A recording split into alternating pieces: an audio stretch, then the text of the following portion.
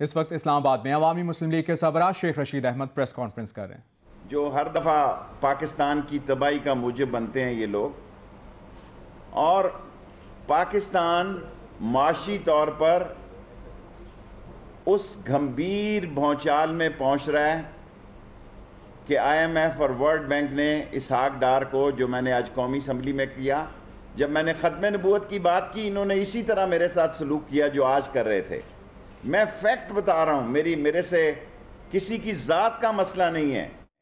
آئی M F world bank کا agenda ہے کہ کرپٹ اور منی لانڈر آدمی ان کو قبول نہیں ہے. یہ ان کا ٹاپ ایجنڈا ہے، نمبر 1 ایجنڈا ان کا کہ نو منی لانڈرنگ، نو ٹیررزم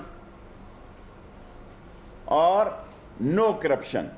زیرو کرپشن ایجنڈا ہے ان کا، زیرو ٹالرنس ہے ان کی منی لانڈرنگ کے لیے بھی اور ٹیررزم کے لیے بھی. انفارچونیٹلی جب فرد جرم لگی، یا فارچونیٹلی، انفارچونیٹلی نہیں کہنا چاہیے، اسحاق ڈار صاحب پہ، انہوں نے ان کو کہا کہ آپ آنے کی، تشریف آوری کی آپ کی ضرورت نہیں ہے.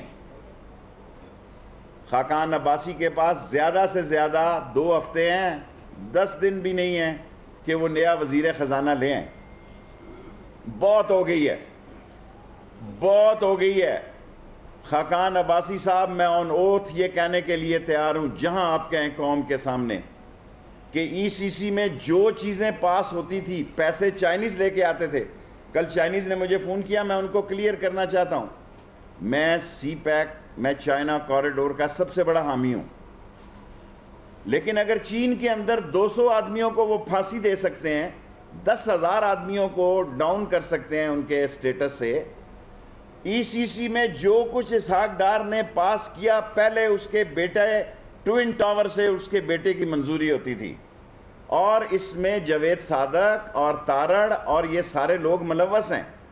یہ تینوں چینوں کی پارٹیاں لیتے ہیں، اس میں کوئی باہر کی پارٹی شامل نہیں ہوتی، کسی ٹینڈر میں کوئی پارٹی شامل نہیں ہوتی.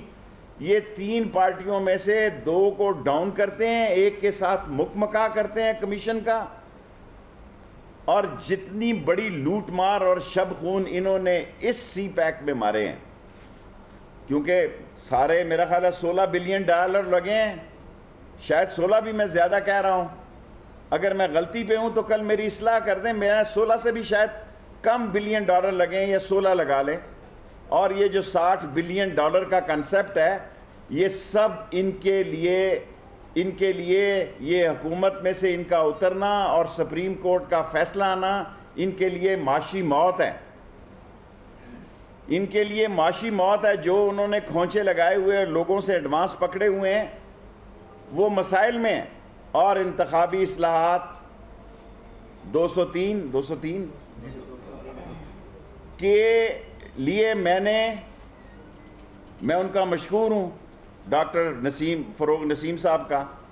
اسی طرح اس کے لیے بھی مجھے ایک بہت نامور وکیل کی ضرورت ہے، کیونکہ یہ بہت 200 بلین کی کرپشن کا معاملہ ہے جس میں خاقان عباسی پارٹنر ہے.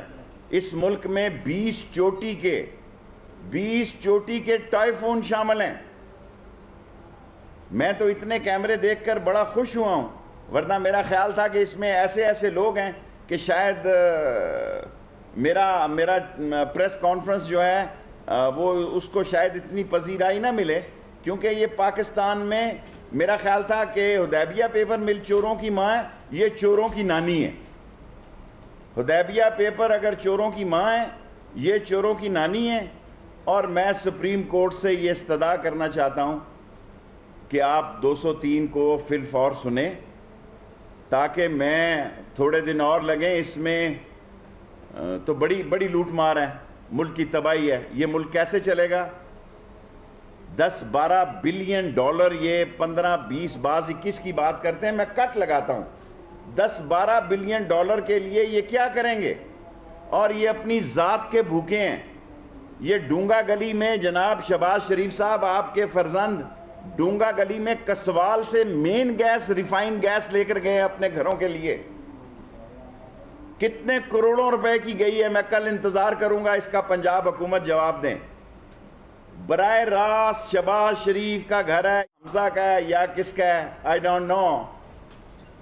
ڈونگا گلی میں ان کے گھر میں براہ راست کسوال سے ریفائن گیس گئی ہے ان کے لیے جلانے کے لیے.